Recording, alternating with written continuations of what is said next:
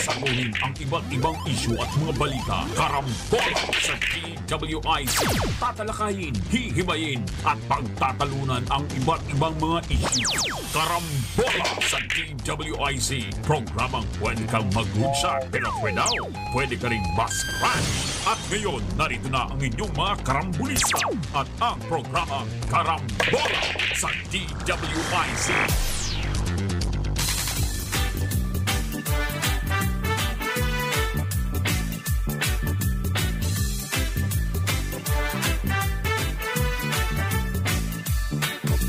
Pagising sa umaga kasabay ng almusal, nakatutok sa programang may kabuluhan.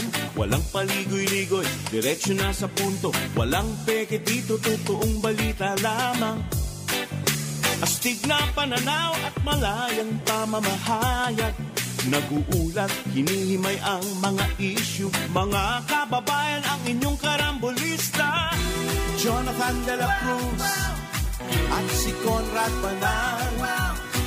Oh, karambola, karambola sa DWIC 882.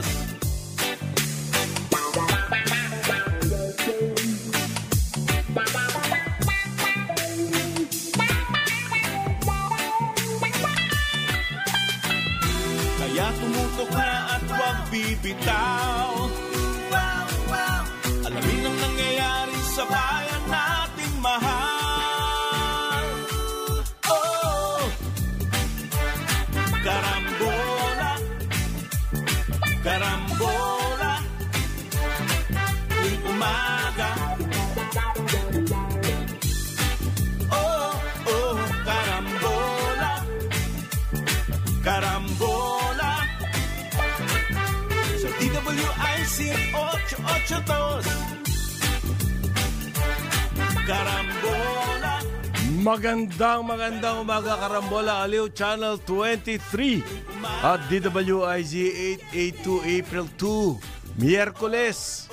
Magandang umaga po sa inyong lahat. Ako si Conrad Banal. Maya siguro nandiyan na si paring Jonathan De La Cruz.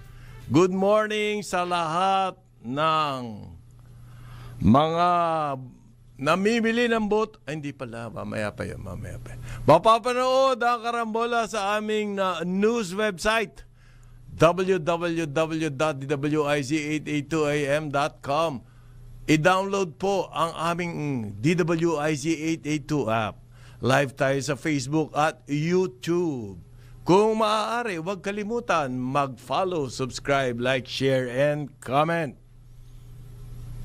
Mapapanood din po ang Karambola nationwide sa Digital Free TV Aliw Channel 23 at sa DWIZ News TV.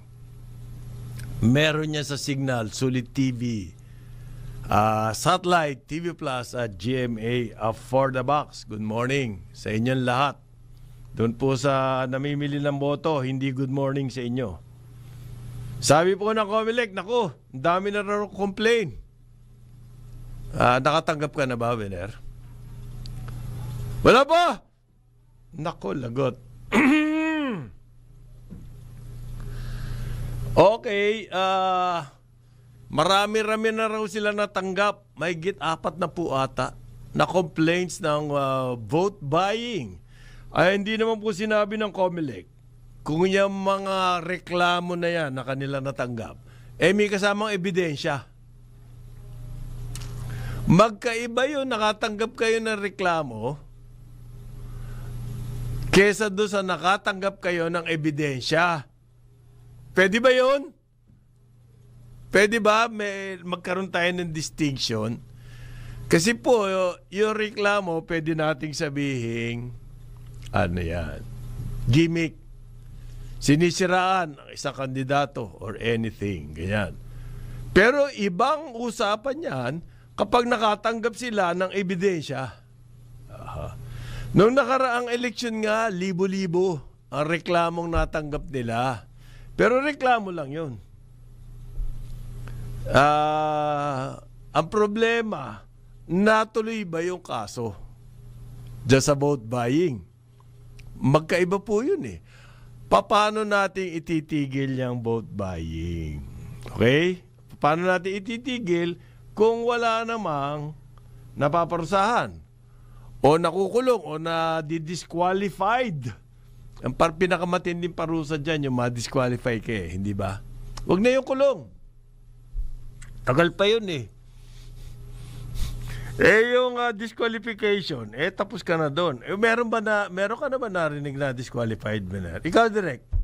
May narinig ka naman na disqualify na kandidato dahil sa namimili ng boto? Ang tanda-tanda ko na, nasa ustong gulang na ako. Wala pa ako naririnig na ganyan Kaya ito po sinasabi ng COMELEC, nag-a-announce pa sila na 34 na raw ang complaints na tanggap nila sa vote buying. Complain lang yan, reklamo yan. Kailangan i-report nyo, meron kami natanggap na ebidensya. Ay, good morning, Jonathan. Morning. Ito ata nakatanggap meron na. Good morning. Nakatanggap ka na ng ebidensya o ng pera?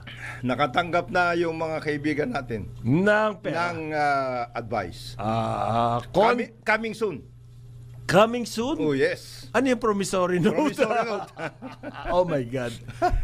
Yan po ang problema natin Kakadaldal nitong COMELEC. Nakatanggap na sila ng complaints. Complain lang, reklamo lang. Meron ba mangyayari? Kailangan po nyo makatanggap kayo ng ebidensya o magkalap kayo ng ebidensya. Naging in the 2022 election, ang naging main na case pagdating sa mga bigayan etc. na desisyonan yung doon sa Rosal kina Governor Noel Rosal ng Albay at saka yung misis niya na naging mayor. May ebidensya ba natanggap doon? Sila? As a matter of fact, suspended. They were not only suspended. Disqualified. Hindi naman kulong. They were ousted from their positions. Ngayon, pero hindi naman tungkol sa bigayan, hindi naman tungkol sa vote buying. Ang nila, ay nagbibigay sila ng mga ayuda because at that time, Governor Rosal was the mayor of Legazpi City. Okay. In the course of during the election period. Pero yun yung regular na naibibigay na ayuda. Ngayon, may track record na binibigay talaga. Alam ka naman, isuspindi mo yun. During the elections, wala makakain yung mga tao. Kaya nagkaroon ng kaya kung natanda mo parin Conrad, nagkaroon ng exemption. Exemption ngayon. Yung COMELEC. Nagkaroon sila ng ruling na exemption. Except in the last 10 days. Except in the last 10 days. Bawal na po ang bigayan in the last 10 days. Of any kind. So, naaalala ko, dito, parang Jonat, yung sinasabi noon ni Cardinal Sini, hindi natin maiiwasan yan, bigayan sa eleksyon. Di ba? Maiiwasan ba natin? Hindi. Never. Maski anong salita, maski na anong salita na gawin ng COMELEC, wala mangyayari dyan. Take the money but vote your conscience. Ayan na lang po. It's sa katapos-tapusan po, it's all up to us. Yes. The voters. The voters. Kung ibibenta nyo yung boto nyo, konsensya nyo na yun. Konsensya nyo yun. Pero ito po ang sinasabi nila Di tanggapin nyo yung pera, tapos iboto nyo kung ano yung gusto nyo. Kursunada nyo.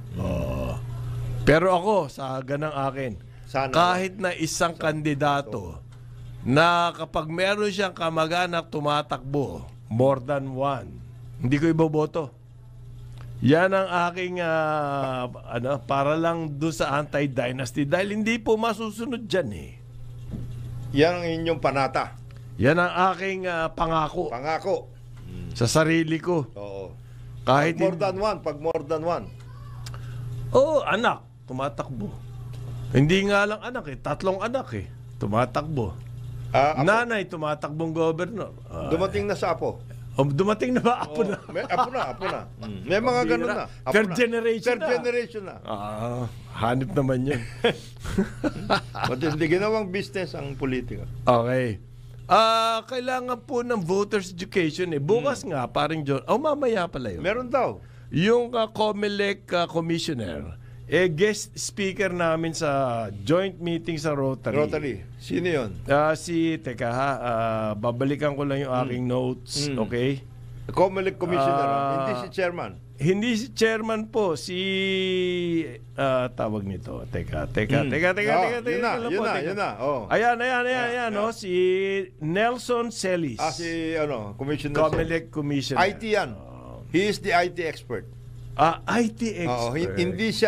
Hindi siya homegrown na. Hindi siya legal. Hindi siya legal. Saka hindi siya homegrown na COMELEC. From the outside.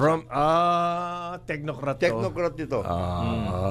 Kaya pagdating sa legal, baka hindi siya masyado Asan kasi ang campaign ng COMELEC to educate the voters. Yes. Yun po ang number one dyan na key. Maglalabas daw ngayon. Magsalita kayo ng magsalita regarding vote buying. Ang dami nyo ng complaint na natanggap. Meron kayong rule sa pagbigay ng ayuda. Kung hindi po educated ang ating voters, lahat yan, sayang lang yung effort nyo. Ilalabas daw ngayon yung individual na information para sa voters. Ngayon. Individual yung binibigay na information sheet. Pamphlet. Para sa lahat ng botante. Sa lahat ng botante. Wala bang campaign itong mga natin, yung minamahal natin mga civil society? Sana meron. Sana meron. Oo. Sumama kayo dyan kasi hindi na yun tungkol sa bilangan lang Oo. Sa sobrang na raw po, tumataas na ngayon ang vote buying. At nung kasi nakaraang eleksyon, mahigit 1,000 yung complaints ng vote buying. Pero complaints lang yun. Maganda sana pag may nag-complain, may ebidensyang kasama. Hindi complaints lang Pwede mo sabihin naninira. Or anything, okay? Yung mga poster, nasunod na ba yung guidelines? Hindi. Kapag po ganyan, nakikita ng taong bayan, hindi naman sinusunod yung inyong patakaran. Anong dating sa kanila yan? Okay lang vote buying? Parang walang certainty of punishment. Parang gano'n. Ayun. Dapat meron. Yun po yung nakikita nila Hindi ba? Ngayon, ang announcement po ng COMELEC, ang bagong-bago, meron na raw limit sa transaction sa GCash.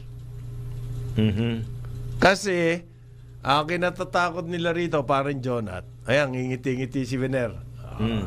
Yung lipatan ka ng pera, bibilin yung boto mo, bibigyan ka ng pera sa GCash. Ikaw ba yung GCash mo, nakatanggap ka na?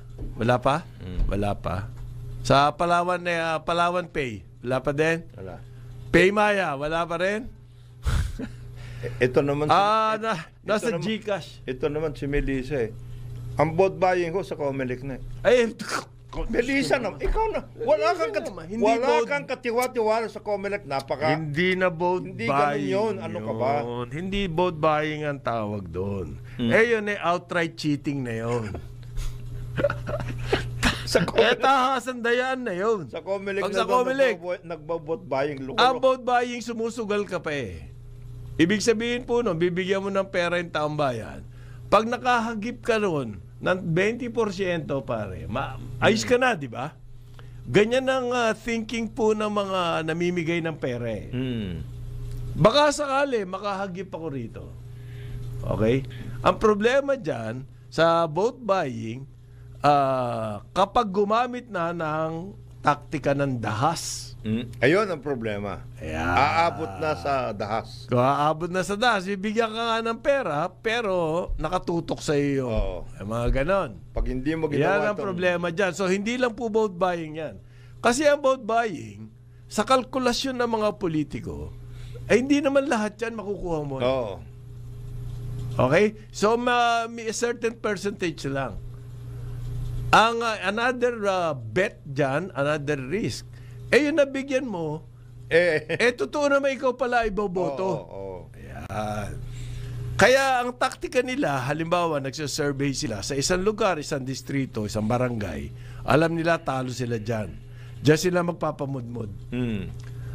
Di ba? Just to neutralize yung kalaban. So gumagamit na rin po ng mga paraan yan, hindi random yung paggamit ng pera. Ang mahirap na na vote buying, maliban pa dun sa pagmumudmud, kung yung pagbibigay siya ng pera nasa dulo ng baril. Ayan. Ayan. Hindi Nakakabit sa ano? Nakakabit sa... Nakakabit doon sa Ito, barrel? oo. Nasa barrel? Nako. Ayan ito. Ito, Magkano na ba ngayon ng 3,000 na ba? may mga iba na mas malaki dyan. Mas malaki pa sa Yes. 3,000. Yung may mga, di ba? Katukso-tukso kung ganyan kalaking pera eh. May mga anecdotal na kwento-kwento na sa ibang lugar sa 5,000 Pilipinas. Hindi lang yon, paring Conrad. Pag ikaw ay nandito sa Manila, nagtatrabaho ka dito, meron ka pang pamasahe, meron ka pang... Para umuwi. Ayan. Para makaboto. Anak ko po. Ganon. Delikado. May mga ganon na anecdotes. Ganon.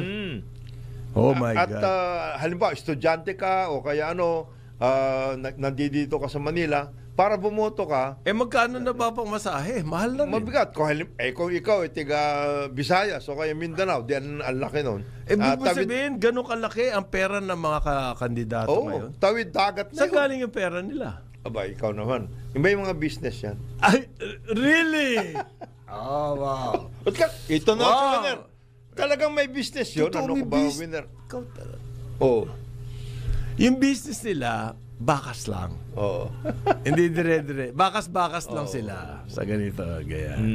Mga dynasty. Halimbawa, pare, 5 kayong tumatakbo sa pamilya.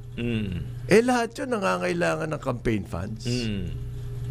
Doon ako nagtataka sa mga dynasty. Paano nilang napoponduhan yung ganong karaming kumakandidato sa kanila? Naalala ko, nung aking pisan ni kumakandidato, lahat kami tulong-tulong eh. Ito, hindi. Ano mo lang. Kumbaga ako solo siya, hindi niya kakayanin. Kaya kami, lumalakad kami mismo, nag-house to house. Tsaka, Tapos nagko-contribute kami na sarili Nagko-contribute. namin finances. hindi ba pwede yung ano mo? Dahil hindi kakayanan eh. Hindi, meron revaluation. Hindi, bilyar lang. Style bilyar yun. Hindi pwede yun?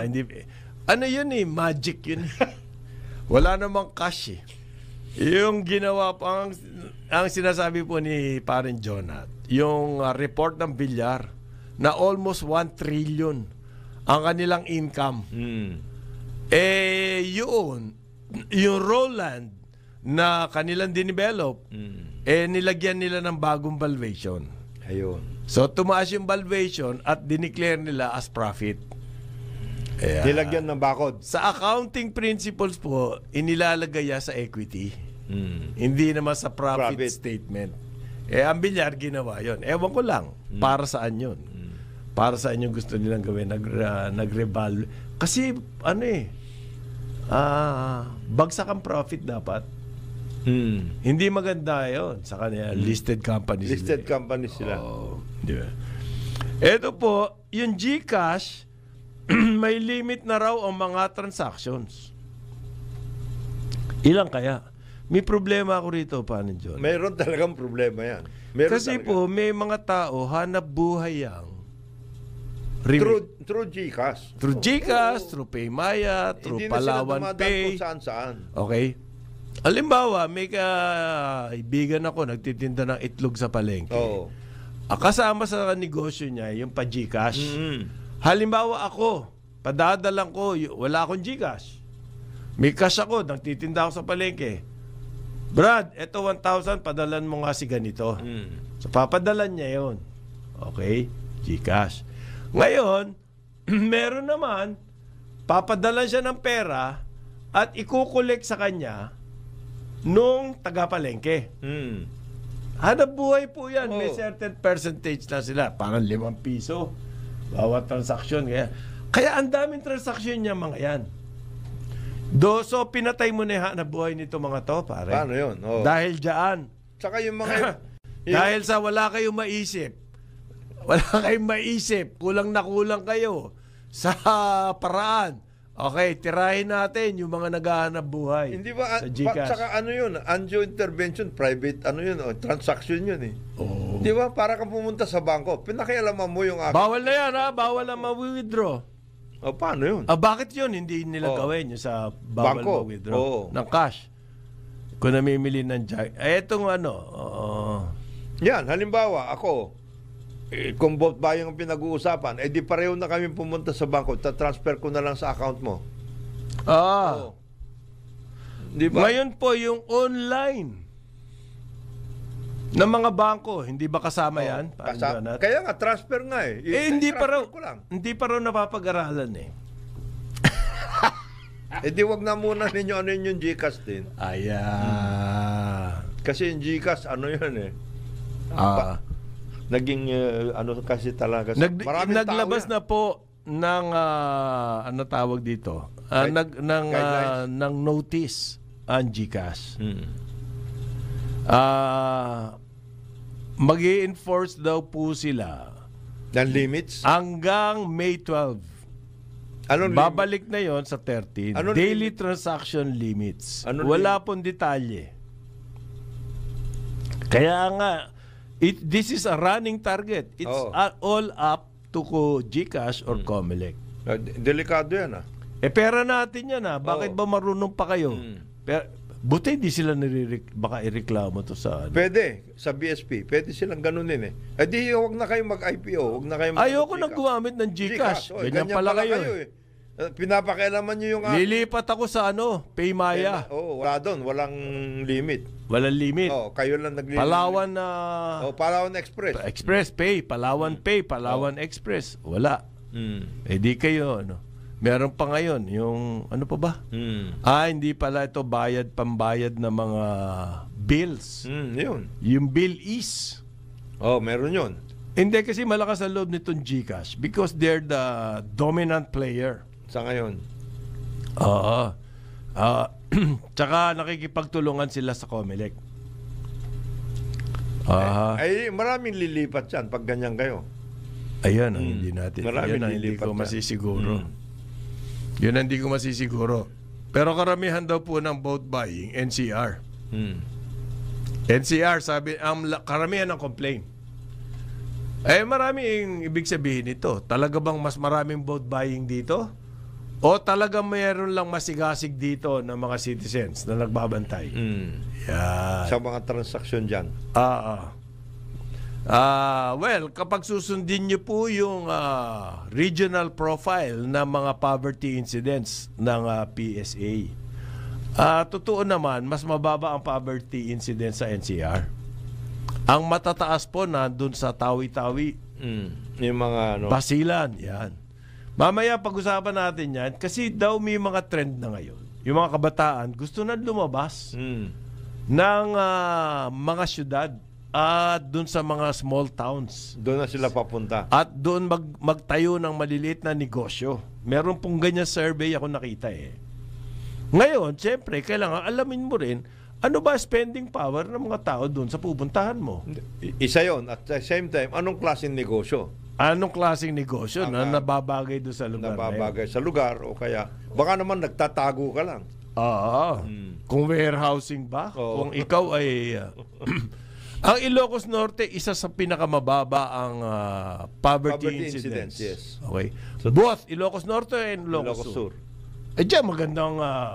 kasi may buying power ang tao. Meron. Sabihin. May buying power. At ang mga matataas po ang ang mabababa ang poverty incidence. Calabar Zone, Central Luzon, at saka yung Region 1. Ilocos. Ang pinakamababa actually in terms of region ay Region 2. Nakakapagtaka yun. Ano ba Region 2? Cagayan, Sabela. Haba? Meron palang pera mga tao dyan. At saka marami silang agricultural country, marami silang ginagawa. Yan ang pinakamababa ang poverty incidence. Tinitingnan ko po yung regional breakdown ng survey ng PSA tungkol dito sa poverty incidence. Ito ang nakita ko noong 2023. Maraming pinaghahanap buhayan dyan. Region 2, 15%. Yes. 18% ang average. Okay? Ang NCR nga nasa 18 hindi pala. Ano pala to? Hindi ito yung poverty incidence. Ito, ang pinakamababa nga ay NCR. Na poverty incidence. Poverty. Ang susunod sa NCR ay yung sinasabi ko sa iyo. Ay hindi, kalupato. Ano yung CAR? Car. Ay, ano, Cordillera? Ayan, ang baba dyan. Yang Calabar Zone, mababa dyan. Okay? Saan matataas ang poverty incidence? BARM, 35%. Ayan. Anak ang pusa. Mabigat. Ang lalaki nito, ang tataas. Pero may mga region sa Visayas mababa, 20% Caraga. Ay yung Region 11. Davao. Davao, 20% din dyan. Region 6. Yan. Region 6, yung mga Iloilo, Panay. Western Visayas, mababa rin po dyan. Nasa 20% lamang. Okay. Yung mga kailangan, ang mga medyo hirap, yung Caraga, 31, BARM, Region 12, 27%, matataas po yan. Region 9, Zamboanga area. 30%. No? Bakit Mindanao ang mga Mataas sa Mindanao. Ibig sabihin, hindi umaabot doon ang development. Very uneven ang development. Ang investments. Ang investments. Local, lang. Kaya sa akin, naiisip ko, yung PESA, imbes na sa Metro Manila kayo nagbibigay ng economic zone. Bigyan ninyo ng napakatinding incentive yung mga economic zone dyan sa mga mahihirap na lugar na yan. Okay, poverty incidence mataas. No wonder, na i-relate ko pare yung gulo ng peace and order. Doon, siyempre. Dito sa poverty, mataas na poverty incidence. Directly related na yan. Hindi ba? Yes. 8:30 ng umaga, Karambola, Aliw Channel 23 at DWIZ 882. Karambola sa DW. 882. Ngayon, April 2, Wednesday, kasama natin Jonathan De La Cruz. Ako po si Conrad Baral. Good morning sa inyong lahat. Si paring Joel na nagkaroon ng konting aberya. Yung motor niya medyo umaangal. Oo. Kailangan nagkasakit yung motor. Puso pa naman ng sana hindi dengue yung sakit ng motor mo. Sipon lang daw. Sipon lang. Sipon lang. Gusto ko lang sana ituloy in terms of provinces po, kasi meron ding data sa PSA. Kaya ako gusto sabihin to, yung mga gustong mag-relocate, marami ng ganyan daw. Lalo na yung mga kabataan. May nagsabi sa akin, Governor, yun daw kanyang, marami na siya sa kanyang mga kababayan doon sa kanyang probinsya. Bumabalik. Nagpupunta dito sa mga cities, Cebu, Davao, Cagayan de Oro, Manila, kasama rin dyan. To a certain extent, Baguio pa rin daw. Okay? Bumabalik sila kasi wala naman silang naiipon. Lahat ng kinikita nila, maganda nga kita nila. Halimbawa, nasa BPO ka, Manila or ka. nurse ka, napakataas ng cost of living dito sa mga urban areas. So, gusto nila bumalik doon at magtayo na ng sarili nila. Kung nurse, magtayo na sariling healthcare. Mga ganon. Nagkakaroon na ng entrepreneurial spirit. Pero kailangan nyo pong pag-aralan. Maraming factors dyan. Isa dyan, yung buying power nung pupuntahan nyo. Maganda yung yan. poverty incidence, kailangan nyo titignan din. Among the provinces po, may tinatawag dyan na Cluster 5.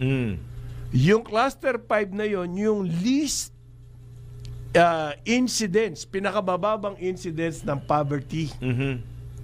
Cluster 5 yan. Maganda yan. Maganda. Merong Cluster 1. Yung mga Cluster 1, yun po yung mahihirap talaga yan. Karamihan dyan nasa BARM. Yung tawi-tawi, yung mga ganyan. Ito yung mga nakita kong poverty incidents na napakabababa. Na mga probinsya. Yan dalawang Ilocos Norte, Ilocos Sur, ang baba dyan. Ang Ilocos Norte po, 0.5. Ang poverty incidence. Poverty incidence? Bakit? Anong meron ng Ilocos Norte? Wala naman pong industries dyan. Agriculture. Meron bang Tingin ko masisino pa mga tao Agriculture-based. May nakakahanap kahit pa paano ng pagkakakitaan. 0.5. Pare, tingin ko siya pinakamababa sa lahat ng probinsya. Palagay ko, baka. Yun. Oy. Etong takang-taka ako rito, yung Aklan. 6%. Ang baba. Yan yung mga Boracay, yung mga yan. Aklan? Yes. Siquijor.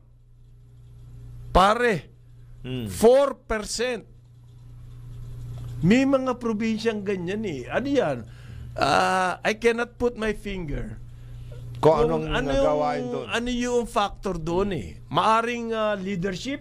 Pwedeng kasama yan leadership. O kaya yan. maraming pwedeng pagkikitaan doon sa area na yan. Oo nga, pero kung conducive ba? Oo, conducive. Para sa mga kumita. Business and employment. Sa tingin ko. Pampanga. Yeah. 3.7% ang incidence ng poverty. Malakas talaga ang Pampanga kasi napakalaming pwedeng gawin dyan sa Pampanga. Ang Benguet not doing badly 6.4. Ang national average po, lalahanin natin, nasa mahigit 15. Mahigit 15%. Okay? Maski Ifugao pare, maganda ang performance eh. Nueva Vizcaya, karamihan sa Luzon, ang cluster 5. Sa Visayas, ilan lang yan, yung Aklan, yung Siquijor, yan lang yung mga medyo nasa cluster 5. Matataas ang kanila. Pero mayroon din iba, ang business nila, parang Conrad, contrarian. May mga ganun eh. Gusto nila sa mahihirap na lugar. Halimbawa, Barm, mataas ang poverty incidence dito. Gagawa ako ng ibang mga pwedeng gawin dito. Baka mas marami akong... pero ang advantage mo, pag pumunta ka sa poverty incidence, kung labor intensive ka, mura ang sahod. Yes. Yeah. Pero kung liit-liit ka lang na entrepreneur, hindi. At ikaw umaasa doon sa buying power.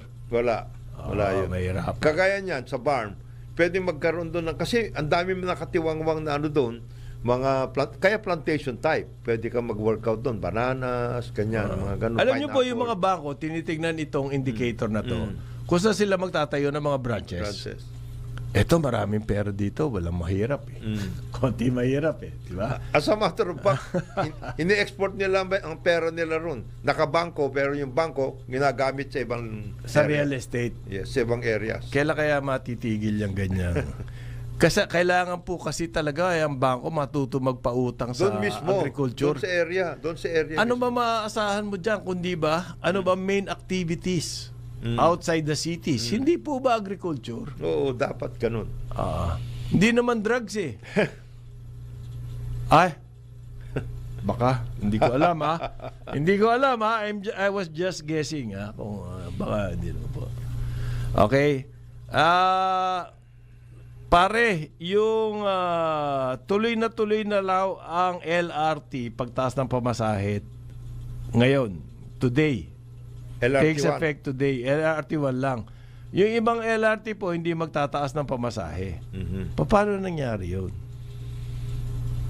Kasi sa sangkos ng mga yan eh. Ayan. Ngayon, nangangailangan sila ng rate increase. In-approve daw po ng DOTR yung petition nitong Light Rail Manila Corporation LRMC.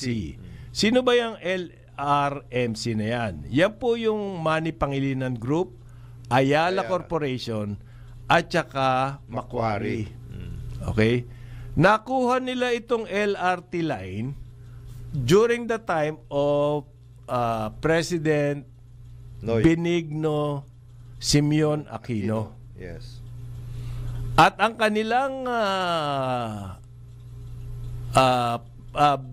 kanilang project po ay itutuloy yung linya na yan magmula Baclaran hanggang doon sa Bacoor. At dapat yan, extension na yan natapos na nung 2015. Ano na ngayon? 2025. Di 10 taon delay. Ngayon, paano nilang nakuha sila mag-ooperate ng LRT1? Ang kapalit po nung kanilang operation, lahat ng kita niyang LRT1, cash po to May cash flow ito. Kung hindi ako nagkakamali, nasa 50 milyones araw-araw. Okay? Yung pong operation niya sa kanila na mapupunta, basta itayo nyo lang yan.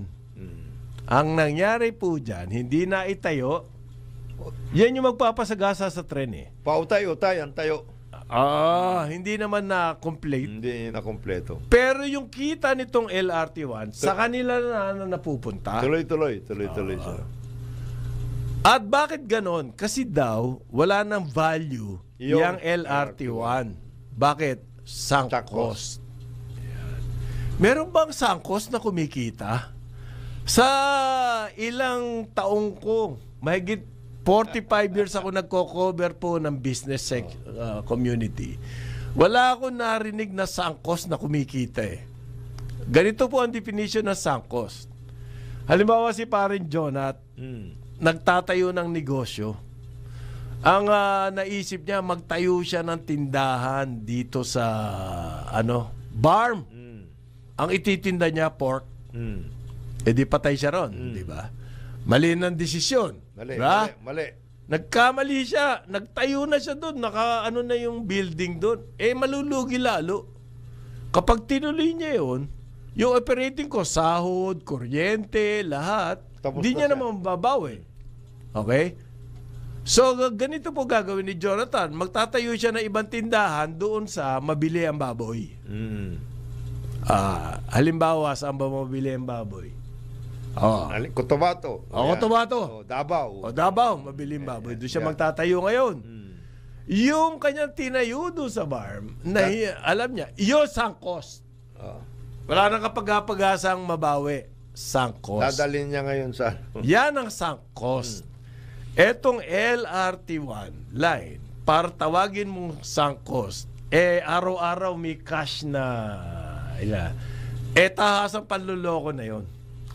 And that is how etong LRMC na napaka pinagpipitagan ng mga tao sa lipunan, that is how they fooled us.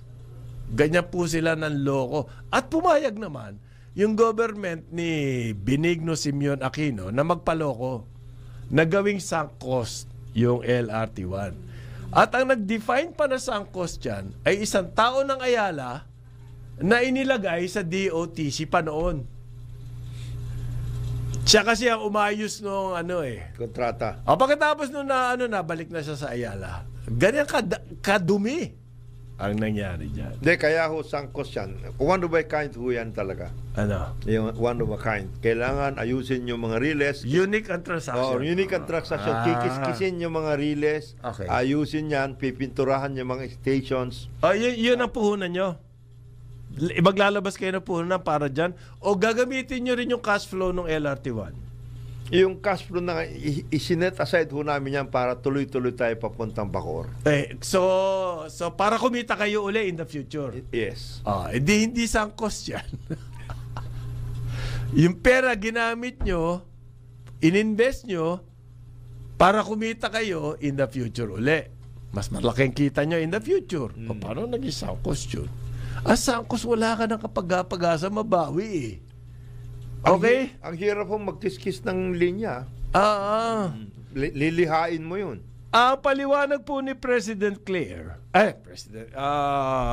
Press briefer Claire. Hindi na raw po pwedeng pigilan niya kasi nakalagay niya sa kontrata. Hindi naman siya tinanong ng mga magagaling na mahayag. Sa press corps. Diyan sa press corps. Paano naman yung the other side of the contract? Kung may commitment ang gobyerno na itataas ang pamasahe ng LRT1, paano naman yung commitment ng kabila? Nung LRMC na i-extend yan hanggang Bacoor. Paano naman yung commitment nila na yun? Wala na yun. Hindi, malapit na po. Kailan? Nasa sukat na ho tayo 10 taon delayed na nga Malapit na. Yung 10 taon, ano ba naman yung 10? At least ito, marami tayong masiservisyoan papuntang sukat muna. Kasi mayroon klaro. So, nasa kontrata yan. So, kahit kailangan o hindi kailangan, dahil nasa kontrata yan, ibibigay ng gobyerno. Pasensya na kayo, the riding public. Ganun po lumalabas yung prinsipyo eh.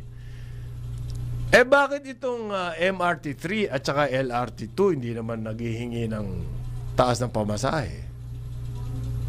Kasi hindi ho sangkos yung kanilang... Kasi government run sila. Yun lang ang paliwanag doon. Ito lang po ang private, itong LRT1. Okay? Ang nagpapatakbo po ng MRT3, government. Ang nagpapatakbo ng LRT2 ay government.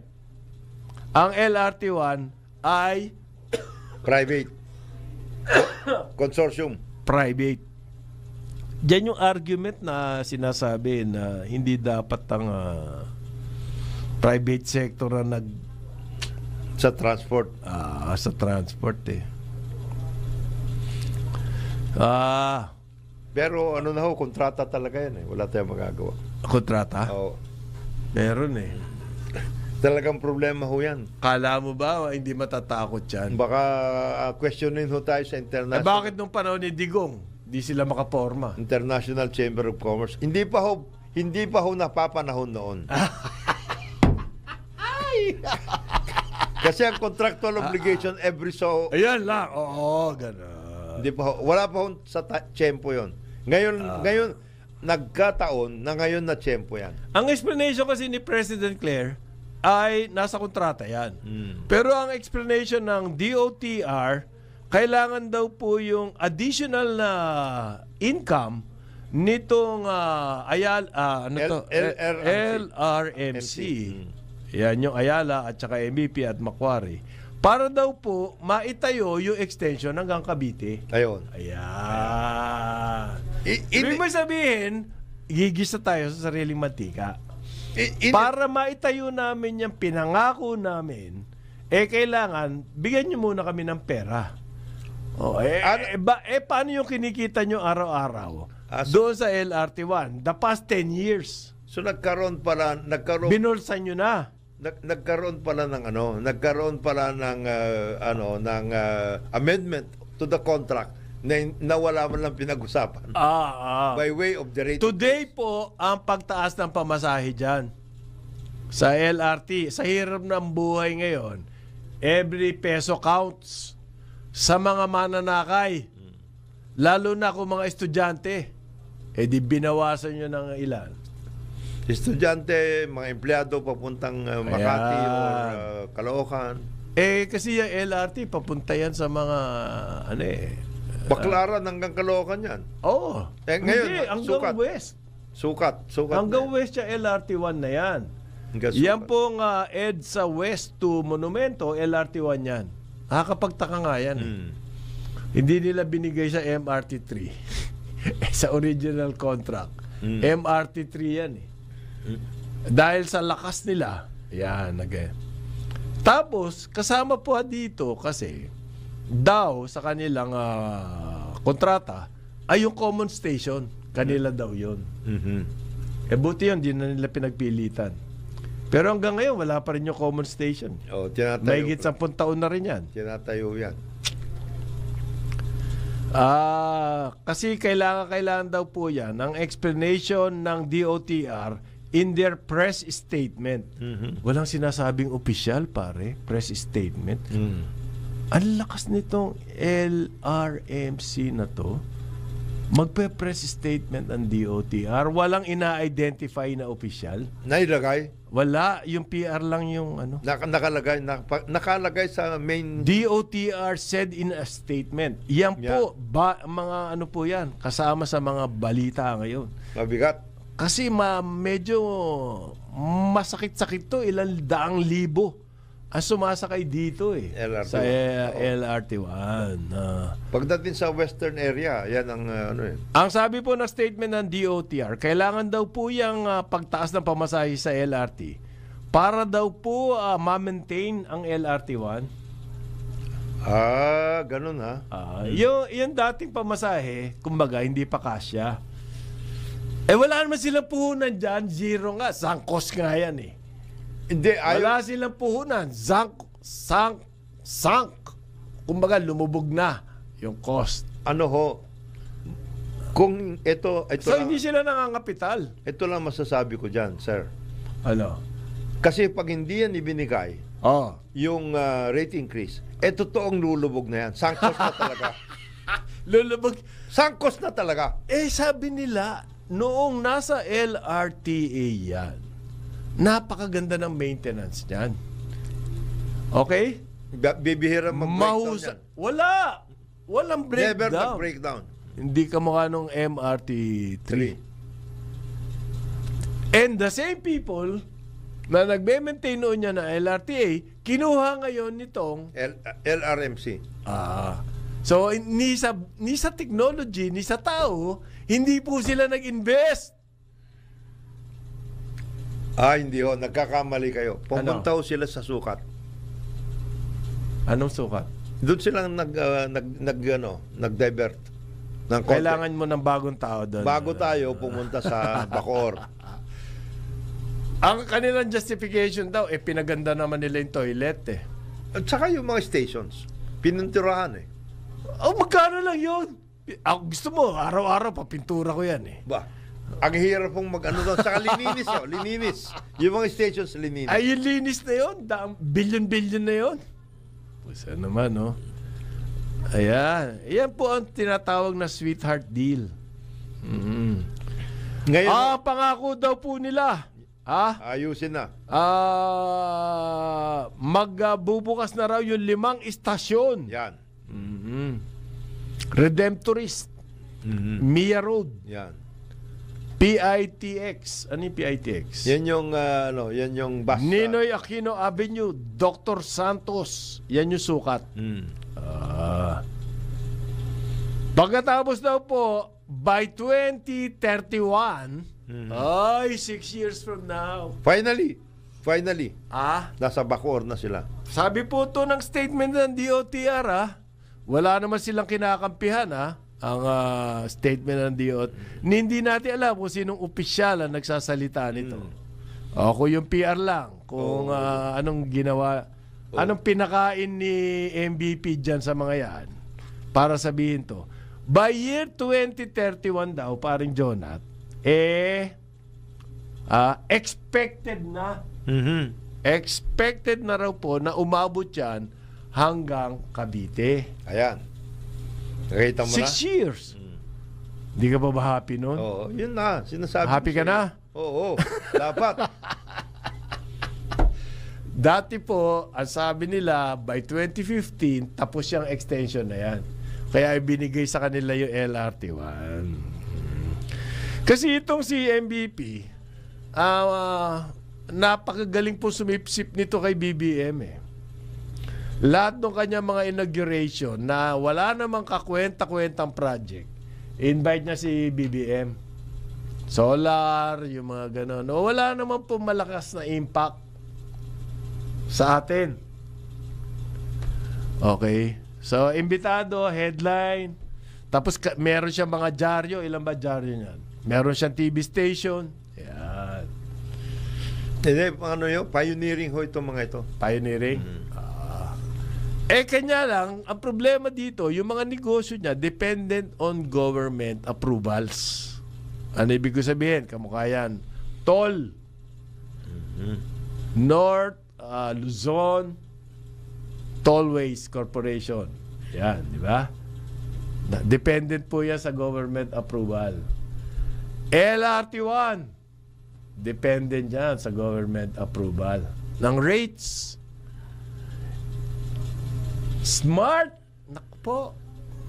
Marami ring government regulation. Depende rin yan sa approval ng ano. Meralco.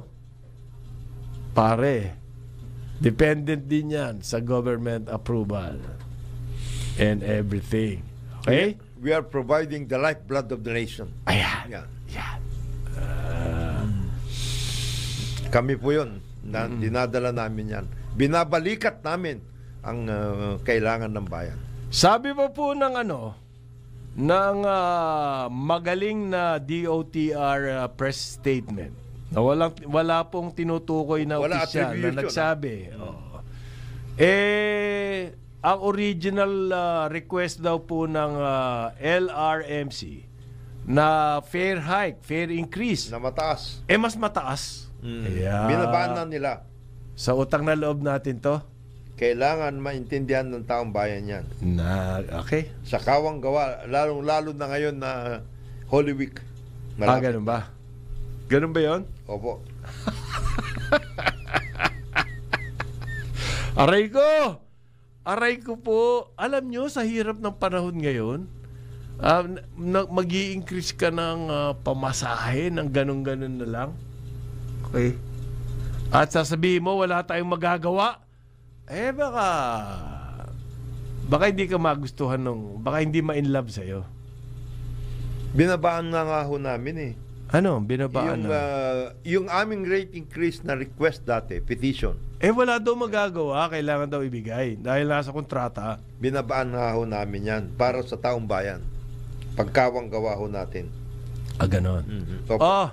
Yung pong mga nagtataka. Ito daw si Senator JB.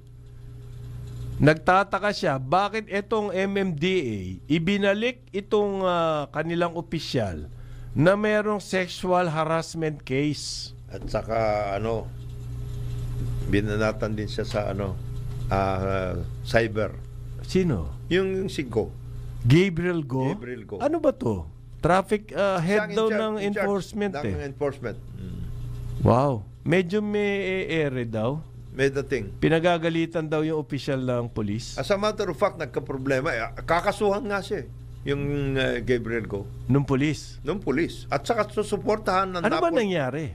Parang yung polis, ang nangyari doon, yung si Captain, yung kanyang motor, nasa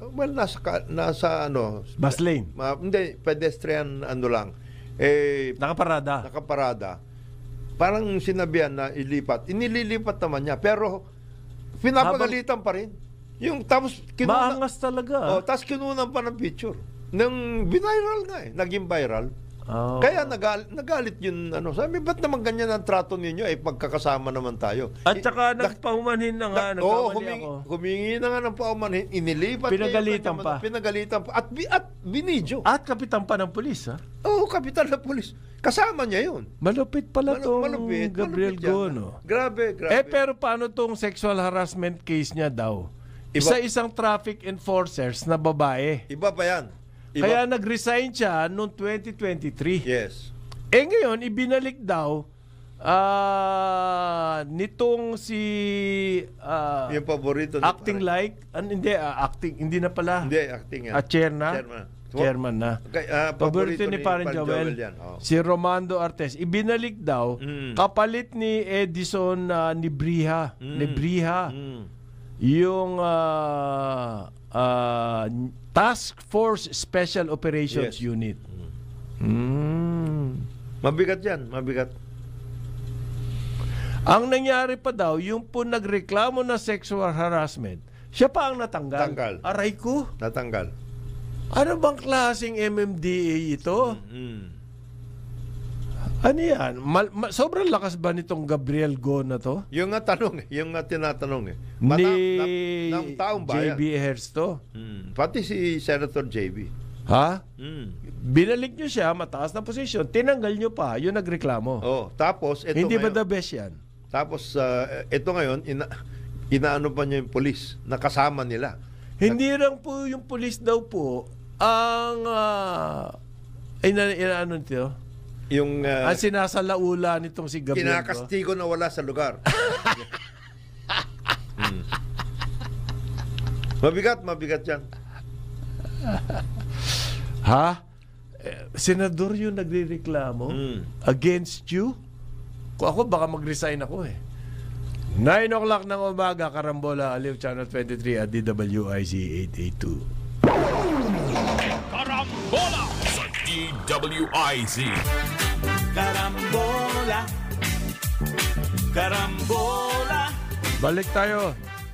Karambola, Aliw Channel 23 at DWIZ 882. Kasama pa rin natin Jonathan De La Cruz. Ako po si Conrad Baral. Ngayon, April 2, Wednesday. Si paring Joel po ay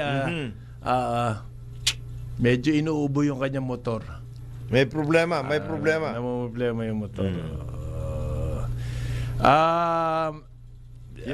Yung ating mga kababayan sa Qatar, 3 na yung minors na nakalabas. Yung 16 tinutulungan ng embassy at saka ng minors? DMW. Bakit nahuli yung minors? Parang may kasama eh. Kasama ng adults. Ng adults.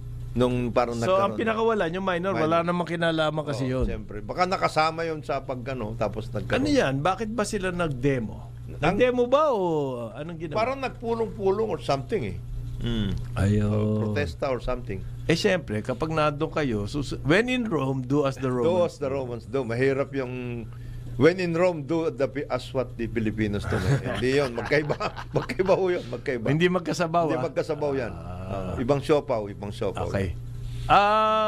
Gusto ko po sanang anihin to emphasize etong mga aksidente.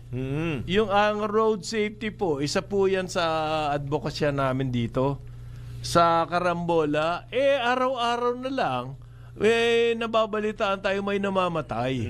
Ano ba ang pwede nating gawin dito? Parang Jonat. Yan ang mabigat eh. Yan ang mabigat na. Eto, dyan sa Ermita na naman daw, meron na namang kitang-kita pa sa CCTV. Isang SUV, maagang-maaga ng Tuesday, may tinamaang barrier. Kasi po ang style natin dito, mali ang design ng kalsada. Ang gagawin natin, gagawa natin ng remedyo, lalagyan po natin ng mga harang na konkreto. Para mag-ayos. Magpunta ka sa buong Metro Manila, ang daming ganyan. Naharang. Ayan, di ba? Yang U-turn na yan, magugulat ka na lang. Lalo na kung bagong-bago ka lang magmamaneho ron. O bilisan takbo mo, hoy, may mga konkreto. Kasi may U-turn pala doon. Dapat yan, malayo-layo pa lang. Kung merong ganyan, may warning na. Bakit walang mga ganun signage? Yung nga problema, naglalagay tayo 2-3 kilometro, sabihin mo, may harang dyan. Meron ka signage. Paano natin gagawin? Hindi. Magugulat ka na lang. Biglang meron dyan. Yan. Mali ang design, ang gagawin natin, para-paraan. Re-remedyoan natin. Lalagyan ng concrete barrier. Patay. No, mabibigla ka na talaga doon. Eto pong SUV, tinamaan niya yung concrete barrier. Lumipad yung concrete barrier. Malakas ang tama eh. Paglipad ngayon, may tinamaan na nagmumotor na may angkas pa. Yan. Yung ganyan. Asan ang road safety dito sa atin? Yun na nga yung natin palaging pinag-uusapan pa rin, Conrad. Kasi nga, yun sa construction, parang engineering. Yung engineering portion ng patay na agad eh. Doon na kagad tayo. Meron na agad problema eh. Problema na kagad eh. Tignan nyo, yung EDSA busway, para-paraan lang eh. Nilagyan natin ng concrete barrier. Ilan na aksidente dyan, pare? At saka yun, napuputol. Kung pwede ka lang gumanon, hindi mo na makikita. Hindi mo na masabi. Tapos pag gabi, siyempre mas mahirap sa gabi dahil wala namang ilaw. Wala namang mga doon sa barriers, wala namang mga ilaw-ilaw yun. Yung engineering aspect po nun, sinasabi ni Parang Jonathan, kamukaya, mga concrete barrier na yan, problema na eh. Number 2, yung pong kakayahan ng mga drivers, yung ba tinatawag na defensive driving, meron ba tayo dyan? Yan po, may kanalaman na yan sa education ng ating mga mananakay. Meron ba tayo naririnig sa LTO sa pag-issue nila ng license, pare? Meron ba tayo? Meron ba tayo? Wala eh. Ang narinig lang po natin, itong si Bigor Mendoza, sinuspindi raw po for 90 days yung lisensya ng mga yung namarel na nasa SUV. At saka yung isang motorcycle driver, nakalaban niya, sinuspindi daw po yung lisensya. Ano ngayon? Yung ba yung solusyon natin sa mga yun po yung road rage na nangyari dyan sa Antipolo. Wala ba tayong ano man lang education program? Tuloy-tuloy dapat yun. Or information campaign regarding tawag nito, road rage. Meron ba tayo? Wala eh. Baka nga mga civil society, Tumulong na kayo. baka po kayong kinakailangan dito eh. Voters education, Yung mga road kumakandidato. courtesy, education. Baka po pwedeng kayo na manguna rito eh. Yung mga Kung hindi natin maaasahan ng LTO dahil busy sila sa pangungura... Ay, hindi naman. Hindi, ma'am. Hindi naman. Sa busy po sila na Modernization. yung service Yes. bigay sa atin. Baka yung mga civic organization, pwede silang tumira nito, di ba? Yung mga kumakandidato, imbes na mga jingle, yan. Baka pwede kayong magawa na ng voters education. Pagdating sa LTO, ganito. Pagdating sa road safety, ganito. Yan. Nag-viral yung video kasi nito, kaya kailangan magsalita si... Vigor. Oo, di ba? Kakahiya naman pag wala siya sinabi. Pero 90 days suspension. Yun lang. Oh. Tapos noon, That's it. mag-iimbestiga naman daw sila eh. Meron ka na ba narinig na resulta ng mga investigasyon nila in the past? Yung iba, kinuha yung mga driver's license. Ano na? Kagaya nung angkas. Cancelled? Hindi, suspended. Ay, yun lang. Agad doon lang. Diyos ko naman. Oh my God. Hindi ba maganda yun? Hindi eh. Eto pa po, meron ngayon lumabas na viral din na video. Yung sa Bohol, yung galit na galit po yung mga residente. Merong backhoe daw. Hinuhukay yung beach, shoreline. Sinisira lahat doon ng mga anak ng toka. Anda raw, Anda. Barangay Virgen. Diyan sa Anda, Bohol. Anda, Bohol. DNR na yan. For sure land eh. At wala naman daw ginagawa ang DNR at saka ang LGU. Oh my God. Di ba dito din yung yung Chocolate Hills? Tinira Resort. Resort daw itong tinatayo, pare. Sa foreshore land, 30 meters dapat ang easement niyan eh. From the, Hindi nga eh. Ang problema sa Bohol, yung mga hotel, nandoon na sa nasa tabi ng beach. nasa beach na. So, hindi na makapasok ang public. Diyan sa Panglao. Mali yun. Dapat po beach, kalye, hotel. Di ba?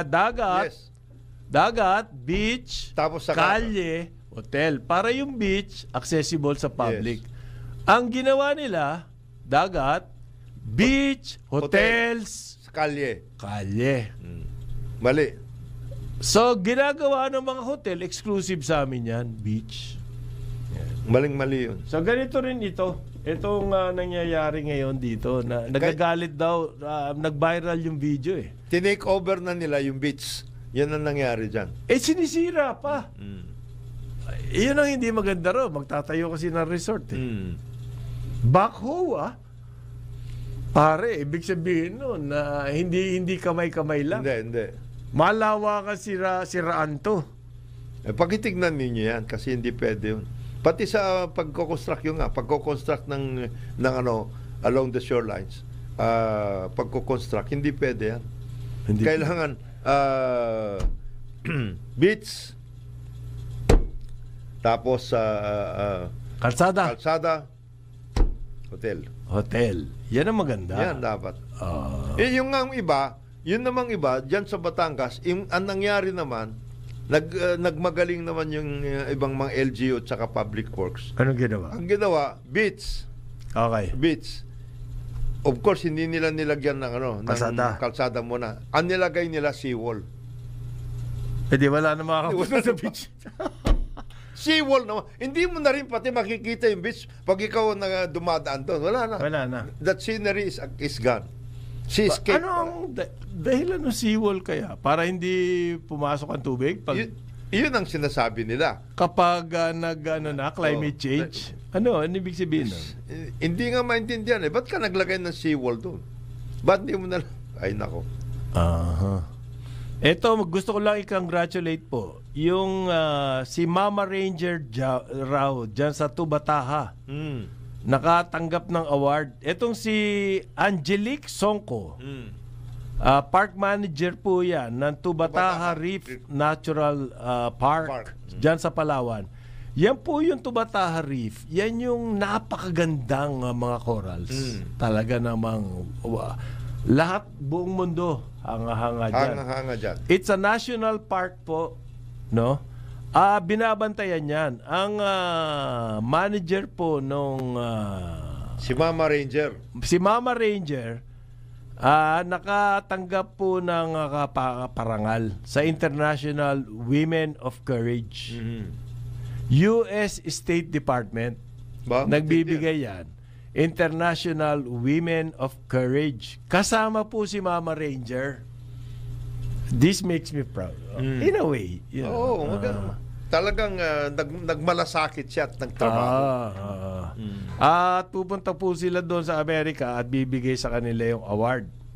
So hindi siya nangalap ng coral. 8 lang sila. Hindi siya nagsira ng coral. Hindi siya nangalap at Nagsira, hindi. Pinagbili yung mga coral. Hindi ginawa resort. Hindi ginawa resort.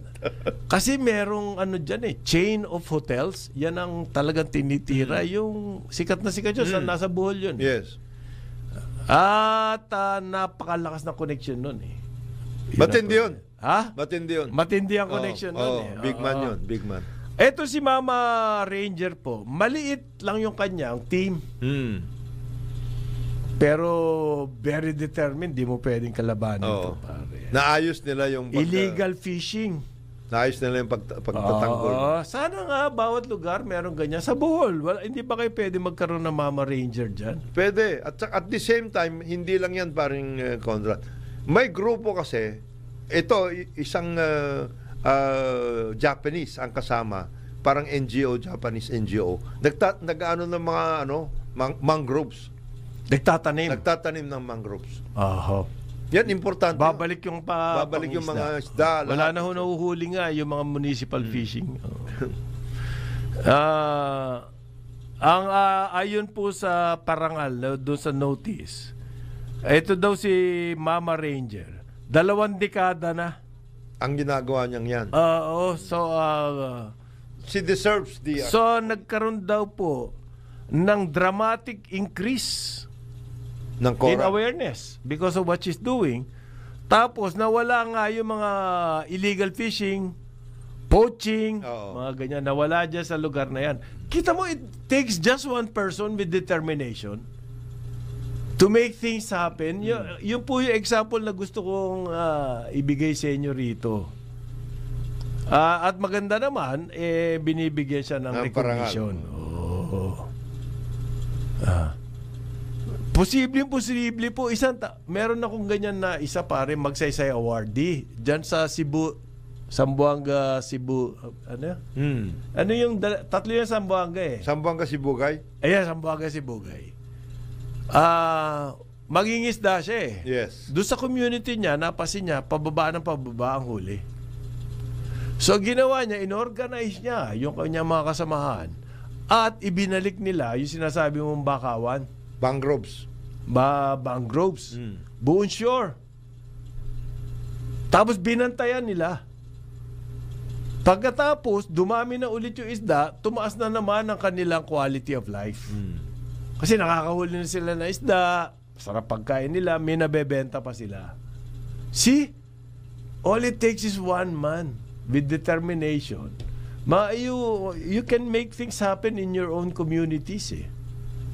Yun lamang po, hindi kamukha nitong si Most Travel. With determination yan, pare. Si Most Travel, nagtayo na naman daw siya ng task force. Patay ka. Mabigat. Task force na eh. Para daw po gumanda ang ating ocean and marine governance by pag natapos na ng task force yung kanyang gagawin. Yan po ang sabi nila ng dyan ng DNR. Our goal is to drive organizational transformation within DNR for more effective Ocean Conservation Maganda yan. Task Force. Ayusin muna natin yung oil spill sa Mindoro. Hindi pa ba ayos yan? Hindi pa eh. Ayun, Task Force. Ayos eh. Yan. Papasukan na ng Task Force yan. Napatungan na ng task force. Papatungan na ng task force yan. Lalong walang mangyayari dyan. Yan ang problema dyan eh. Na?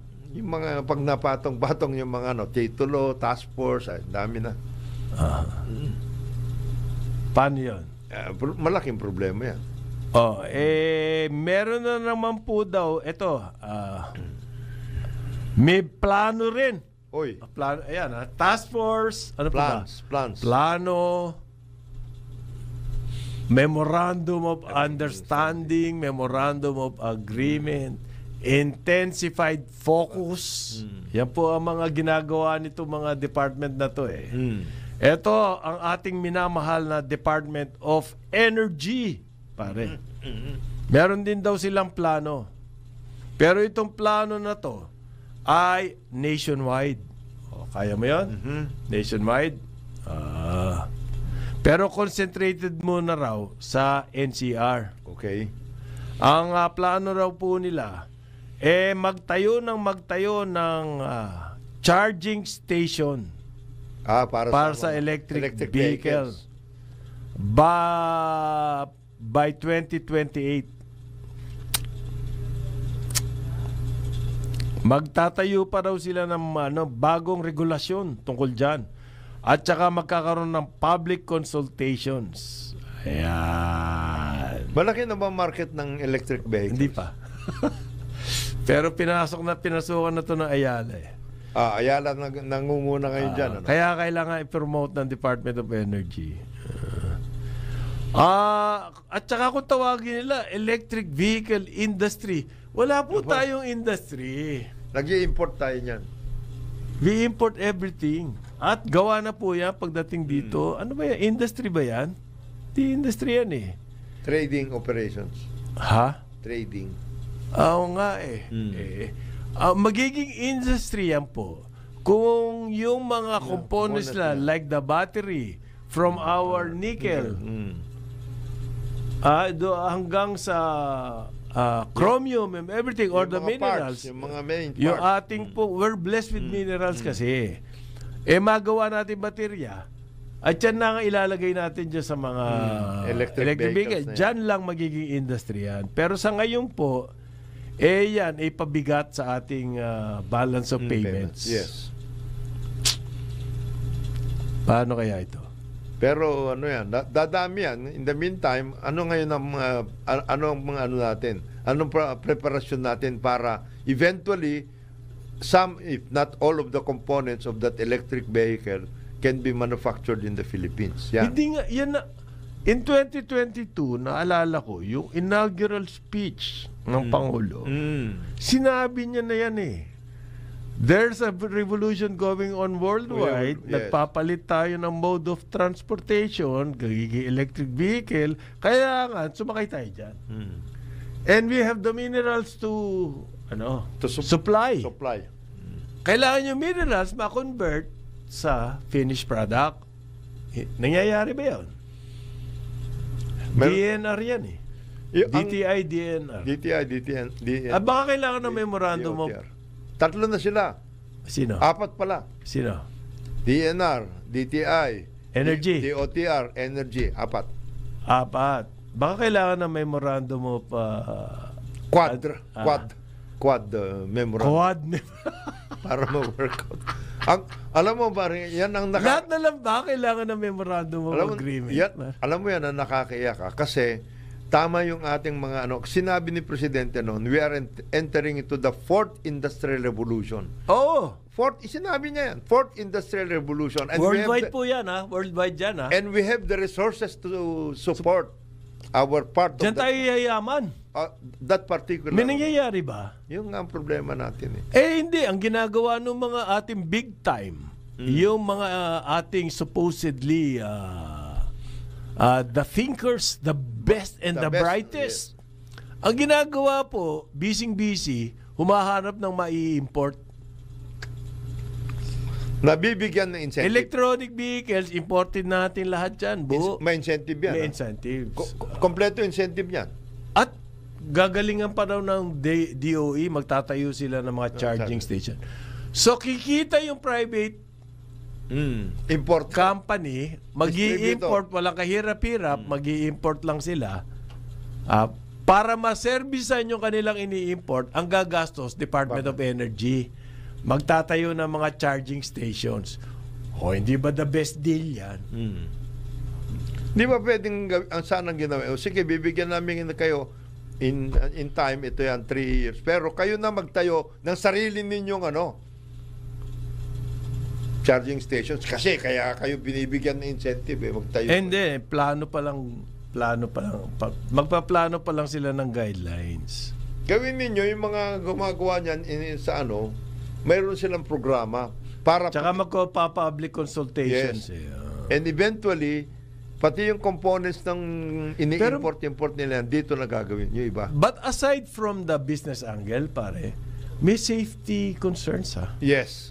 Yang tungkol sa electric vehicles. Ewan ko napag-aralan hindi pa na nila. na-address Hindi pa nila napag-aralan yan. Meron ako alam. South Korea and China, nabasa ko sa mga reports po. Merong mga government agency o LGUs. Kung tawagin natin LGU sa kanila local authority doon. Binabawalan nila pumark sa loob ng parking building ang mga electric vehicles. Kasi meron na pong case na sumabog Tesla mismo sumasabog. Tesla. Sumasabog? Di ba sa Amerika 2 beses nang sumabog? Sa highway pa, no? Nakakatakot yun. Nakakatakot yan. So yung safety nito, meron na ba tayong... Hindi, kaya sila bagsak ang bagsak ang Tesla stocks. Yes. Bagsak na bagsak. Hindi, kaya nga magpaplano. Meron silang planning Infrastructure development daw po ang kailangan dyan, sabi ng minamahal nating Department of Energy. Kailangan din po, meron nga kayong charging station. Yung ba charging station na yun, may kuryenteng... Saan nyo ilalagay yon charging station? All over the Philippines daw. 7,000. Where in the Philippines? What part of the road or what part of the where? Makaka-traffic ba? Or ba? Yan. Another issue yan. Paano yun? Saan nila ilalagay? Sa busway ba yan? Pagpalagay na, napag-aralan nyo ng husto. Talagang napakaganda ng design. Yung mga charging stations na yan. Okay? Meron bang kuryente na ibibigay? Solar, boss. Meron solar. Solar with battery. Wala pa yung solar. Paano kung umuulan? Di wala rin sa sakyan. Kasi wala solar May battery. Yan ang mga components niyan, by the way. Ang daming niyan, solar panel, yung battery at lahat. Many of these can be indigenously sourced. Dito. Pwedeng gawin dito yan. Napakasarap pong pakinggan kasi pag nagsasalita ang ating mga government officials. Napakasarap pakinggan ng kanilang mga plano. Kasi ang ganda Ang ganda ng planning There's no question. Kailangan daw po, nagmamadali tayo, naggawin na natin to. Kasi kawawa ang ating environment. Yan. Pag gano'n na narinig mo, determined dito na gawin. Ewan ko lang kung magagawa nila to. Ayan, another. Ayan. Do we have the platform and do we have the means? Tuloy po, tuloy. Ayon sa isang survey, although pwede nyo sabihin, baka kaduda-duda yung survey dahil ginawa ng Publicus Malutikiye. Kaduda-duda nga. Kaduda-duda. Pero po, pinakikinggan At ang ayon sa kanilang survey, yung first quarter daw po, tumaas yung anti-administration sentiment. Okay. Pwede ko sabihin a portion nito kung totoo to, malamang totoo, pero hindi ganito kalaki. Bakit malaki ba ang sinasabi niya? From 30% naging 45% ang anti-administration sentiment. Halos kalahati, Kalahati mismo. Ang itinaas. 30% Ang kalahati ng 30%, 15%. Idagdag mo sa 30%, Kalahati, yun. ano? Matindi, 45%. Matindi ang pagtaas, ha? 45% na po ang diskontento raw. Pagpalagay mo ng medyo OA, May ibig sabihin. Oh. para sa akin po, yan, yung administration, pag sinabi mo administration, may kinalaman niya na dyan, yung food security, yung mga Utilities. aksidente, Utilities. yung ang hirap sumakay, Yeah. yung mga Taas ng corruption. Lahat na yun. Hindi mo pwedeng sabihin sa presidente lang yan eh. Siya lang ang nilalatayan lahat ng mga Ang problema dito, asisi lahat, Sa nandoon kanya. kay BBM. sa kanya lahat. Which is just right, kasi siya leader. Ang problema dyan, kailangan bambuhin niya na siguro yung mga, hindi kaya? Matagal na sinasabi yan. Pati yung mga Matagal niya na rin, di ba, may mga Oo. tinanggal na. pati yung mga kasama niya sa other branches of government. Ganon? Dapat sinasabihan din niya. Leader sila eh. Congress? Magkakasama sila eh. Sa Congress? Congress, Senate, lahat. Judiciary? Ababagal yung dumisisyon. What about the, yung mga commission na tawag dito? COA. Constitutional Commission. Constitutional Commission, COMELEC, COA. Whole of government dyan na. Meron din At po, least masabi lang. meron din po lata yan eh. Mayroon. O ngayon, bumabagsak ang construction. Bigat niyan. Marami mawawala ng trabaho. The government infrastructure program is time. Umaandar ba? Yun na. Hindi, puro plano pa rin itong DPW. Public Works, DOTR, lahat. Plano ng plano eh. Yun ang hirap eh. 9:30 ng umaga, Karambola, Aliw Channel 23. At DWIZ 882. Karambola sa DWIZ. Mga karambulista at ang programa Karambola sa DWIZ. Karambola, karambola, tuwing umaga. Karambola. Balik tayo, Karambola. Aliw Channel 23 at DWIZ 882. Ako si Conrad Banal. Kasama ko po, umalis na. Ayan. Si Jonathan, merong mahalagang meeting. Si parang Joel naman, sinisinok yung kanyang sasakyan. Okay.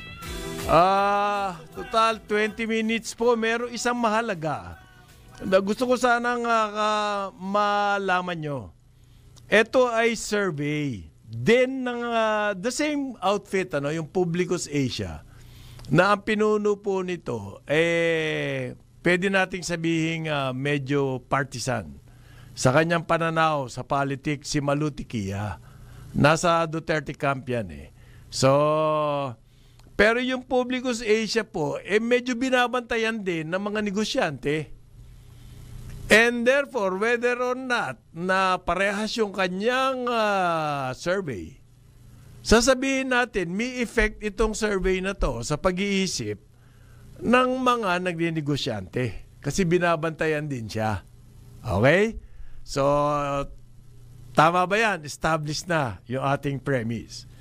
Ayon po sa survey na to, tumataas daw po yung nawawala ng loob regarding sa direksyon ng ating bayan in terms of the economy. Ito yung outlook.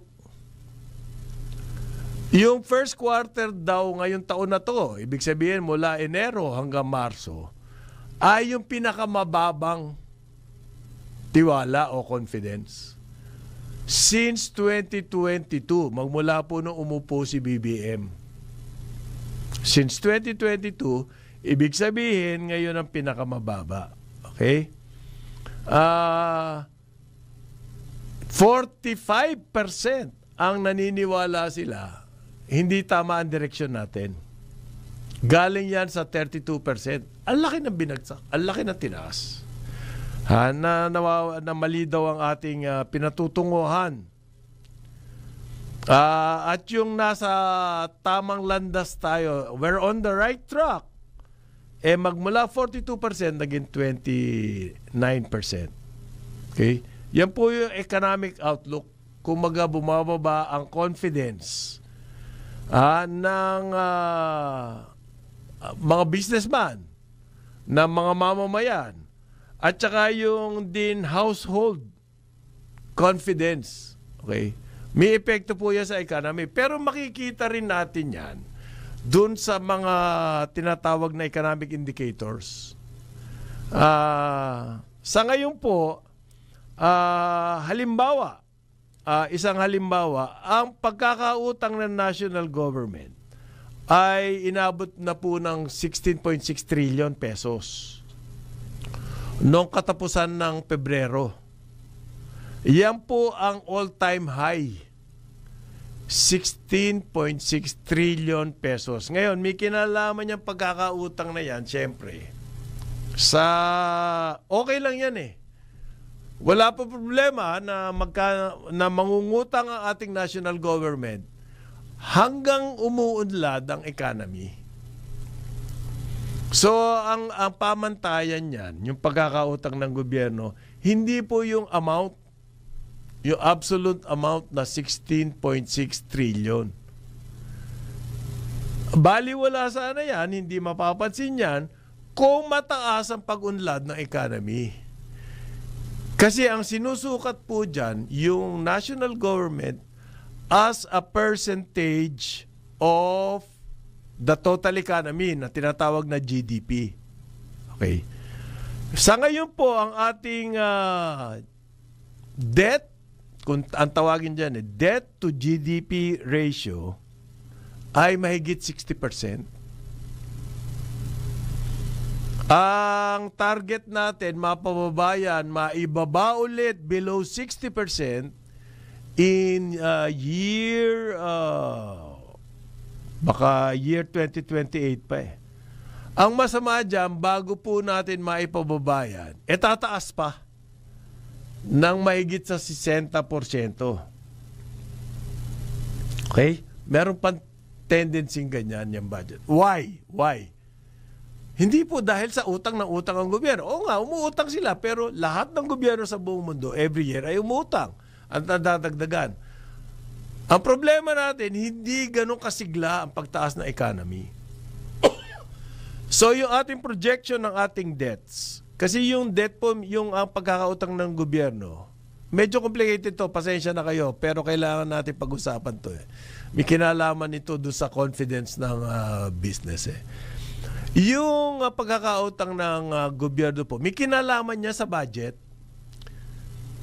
Kapag nagbabudget ng malaking gobyerno, kailangan mangutang. Okay? Ayos lang yan, sana, kung umuunlad ang economy. So, hindi nakakatakot. Ang problema, hindi naman ganun kasigla, kalakas ang pagtaas ng economy. Ito po yung nakita kong figures. Magmula nung nagkaroon ng pandemic noong 2021, yung tumaas yan, yung debt to GDP ratio na umabot na halos 60%. Bago nag-pandemic po yan, ay below 40%. Isipin mo yun. Ang lakas ng itinaas ng utang natin at medyo humina ang economy. Dati kasi tumitira tayo mahigit 6%. Mahabot pa halos 7%. Ngayon, 5-point-something% na lang ang inaasahan at tumihina ang economy. Yan po yung mga economic indicators na nakikita sa business. Kaya nasasabi, ang economic outlook ay matamlay. Okay? Yung confidence ay bumababa. Okay? Ngayon, ang malaking bahagi ng ating economy ay yung construction activity. Yung construction natin po ay humihina. Humihina ang construction because of the fact na ang private sector, yung pagtayo-tayo halimbawa ng real estate, condo and everything, medyo slow down yan. Kailangan bumawi dyan yung public works. Ang tawag po dyan noon ng mga economists pump priming. Yung bomba ng tubig, para makapagbomba ng tubig yan, kailangan buhusan mo muna ng tubig, di ba? Ipaprime mo yung pump, buhusan mo muna ng tubig, tapos tsaka niya hihigupin yung tubig na nanggagaling doon sa ilalim. Pump priming, kumbaga namumuhunan ka ng tubig. Ang tawag po doon sa government public spending, pump priming yan ng economy. Magagastos ang gobyerno para po umikot ang economy. Yun mababa ang confidence na nangyayari yun. Although napakataas po ng budget ng Department of Public Works and Highways, more than 1 trillion. Ganyan kalaki yung budget nila. Hindi ganun kalaki ang kumpiyansa na yan makakapagpalutang ng ating economy, no? Para po maidala yung slack na manggagaling sa private sector. Ito nga nagkaroon ng report ang Bangko Sentral ng Pilipinas. Gusto na raw po nilang bantayan na mabuti, tighter supervision. Ang sinasabi po ng Bangko Sentral ng Pilipinas, doon sa mga pautang ng mga bangko dyan sa real estate sector. Dahil may nakikita silang mga risks. At kapag nagtuloy-tuloy yan, naalala nyo yung Tom Yang. Noong yung Tom Yang financial crisis po, yung Tom Yang it's a term, sabaw, soup dish sa Thailand. Yung Tom Yang, maanghang na Tom Yang. Dahil noon sumobra ang speculation sa real estate sa Thailand. Nung bumagsak yan, nagkanda hawa-hawa. 1998 yan nangyari.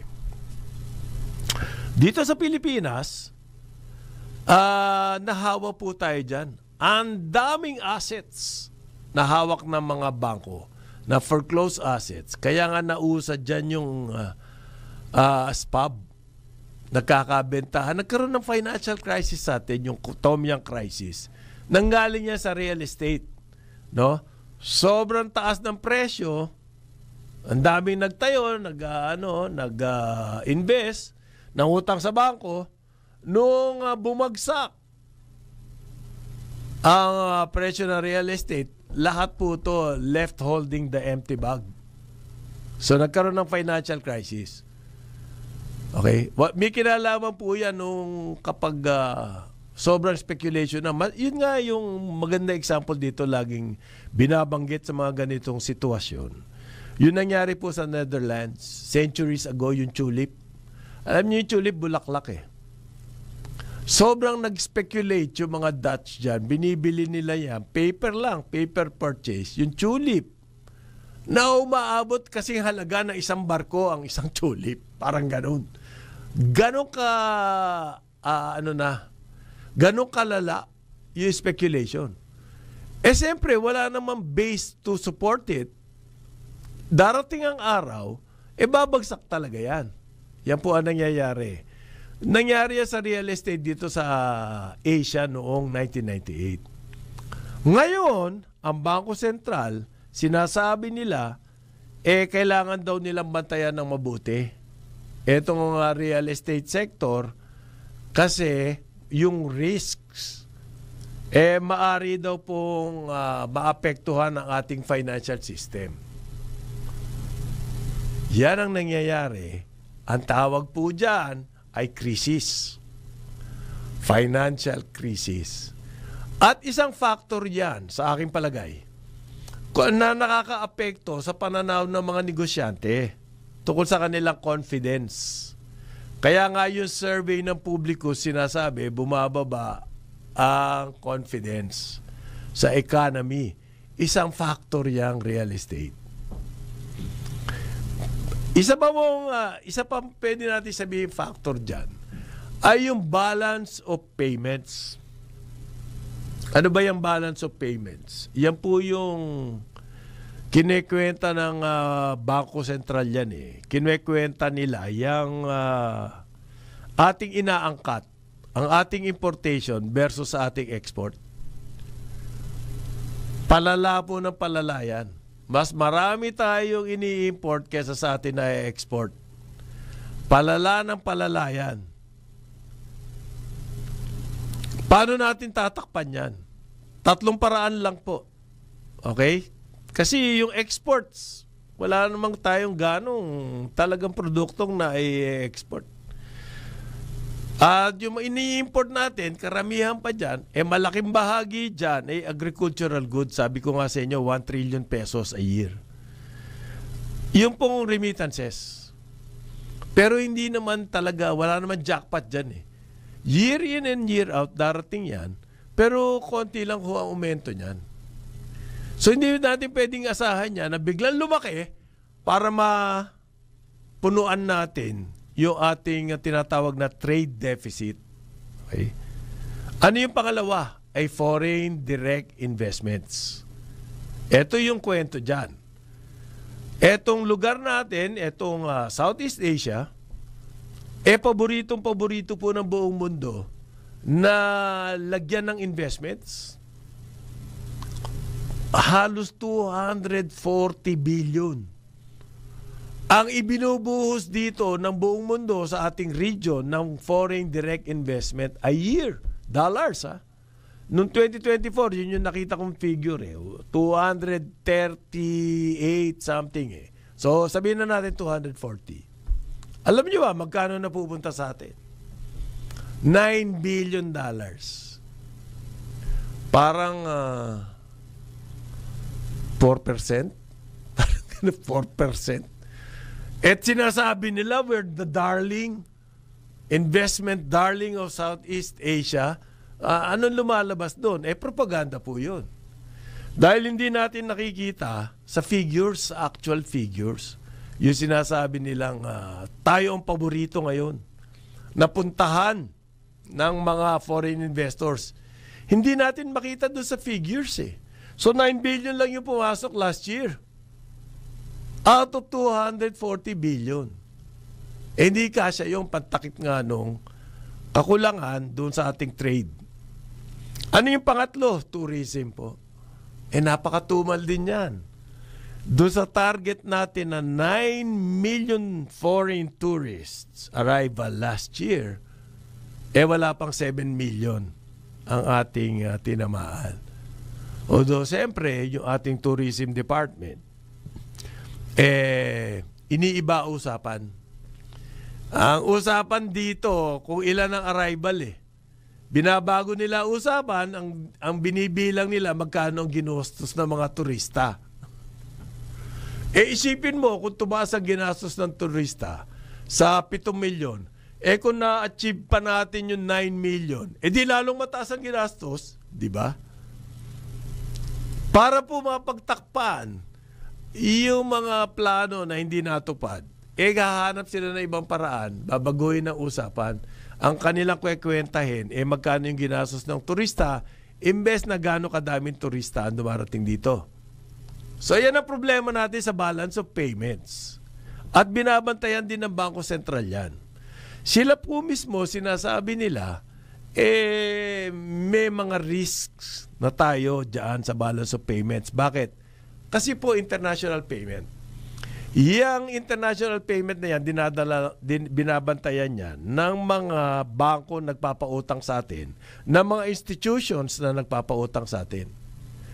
Paano natin napupunuan kasi yung balance of payments, yung kakulangan ng dollar dyan? Nangungutang po tayo ng dollar.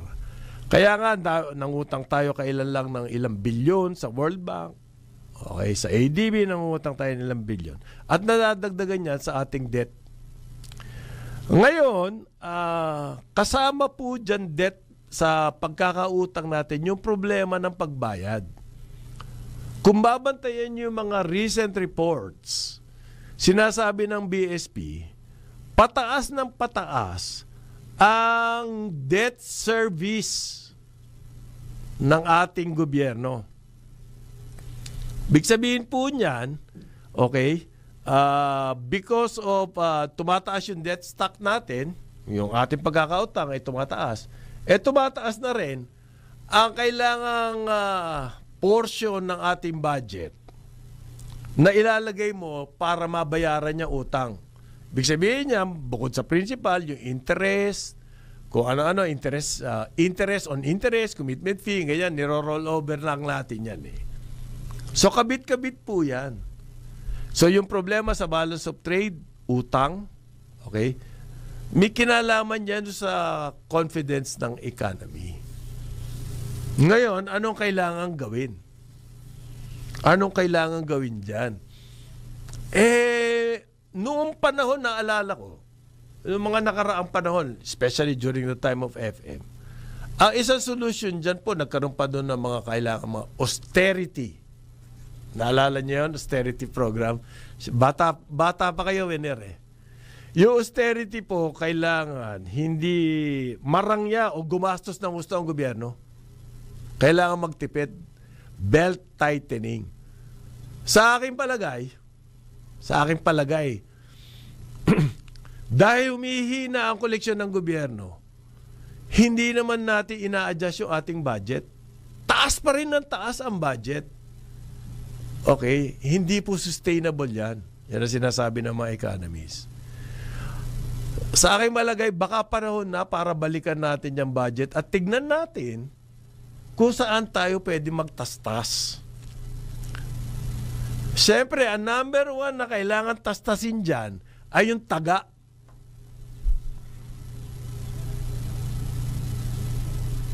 Malaki ang taga eh. Yung mga horror stories po, naririnig natin. Payat na ngayon yung 40% ng isang project ang napupunta sa corruption eh. Kapag may nagsasalitang ganyan, hinahamon pa ni President Clear na patunayan mo yan. Imbes po na talagang balikan yung budget natin yan, kailangan himayin na yan at napakadaming loose items. Biro mo ang budget ng DPWH, 1 trillion. Kaya nga po meron na naman na bumalik sa Supreme Court at kine-question niyang budget, pangatlong petition na raw ito, yung national budget, yung GAAA for 2025. Ang sinasabi nila, yung dati pa ring issue, bakit mas malaki ang binigay na budget sa DPWH kesa sa Department of Education? 1 trillion mahigit yung DPWH eh. Yun ang sinasabi din ng mga nanarinig ko sa palipaligid po ng negosyo. Baka kailangan, hindi pa huli lahat sa 2026. Gagawa pa ng budget ang BBM administration. 2027, gagawa pa ng budget. For 2028, sila pa rin ang gagawa ng budget or kalahati na lang doon ang kanilang gagawin, ang kanilang gagastusin. Okay? Diyan sa budget process, kailangan na po talaga magkaroon ng reform. Dahil nga sa mga dangers or risks na sinasabi ng BSP. Or else, pag hindi po nangyari yan, we're headed towards another financial crisis na panaka-naka po nangyayari yan sa buong mundo. Iba-ibang bayan. Yung European crisis, yung nadali ang Greece, nadali ang Spain, Finland, nadali.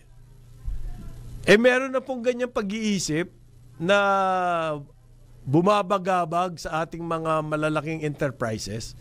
Kaya rin yung mga ibang foreign investors are thinking twice. Dahil sa mga economic indicators na yan. Ano ang solusyon? Sabi ko nga, unahin natin yung budget. Yan ang pinagmumulan ng lahat na yan eh. Nanganganak yan to debts, nanganganak yan to balance of payments problems. Ganyan. Maasahan ba natin yan sa kasalukuyang kongreso. Baka kailangan food for thought po yan. Kung yung ating mga hinahalal sa kongreso, gastos lang ng gastos na nasa isip, ayuda, kaliwat kanan, hindi po masosolve yung problema na yan. Kailangan natin ng konting discipline, fiscal discipline. Ito po ang karambola.